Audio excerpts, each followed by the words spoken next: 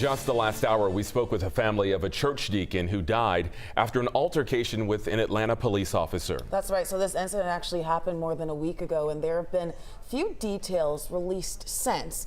But our 11 Alive's Latasha Givens is live in Southwest Atlanta right now. So Latasha, the family here, as we can all imagine, is still in disbelief.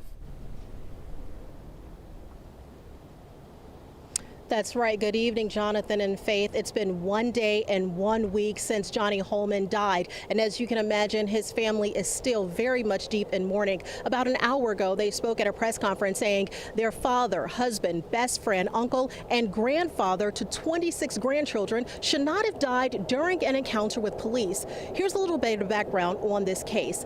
Last Thursday, around 11 p.m., Atlanta police responded to a car crash at the intersection of Cunningham Place and Joseph Lowery. Police say they believed Johnny Hollman was the driver at fault. At some point after police arrived, the GBI says Hollman became agitated and uncooperative when the officer attempted to issue a traffic citation. They also say he became non-compliant as the officer attempted to take him into custody. Investigators say there was a struggle and the officer used his taser. Investigators say a witness helped the officer subdue Hollman. He died not long after. Hollman leaves behind a wife, children, and very many grandchildren. At a press conference today, we heard from his daughter, who says she was on the phone with him right after the crash, but says he died before she made it to the scene.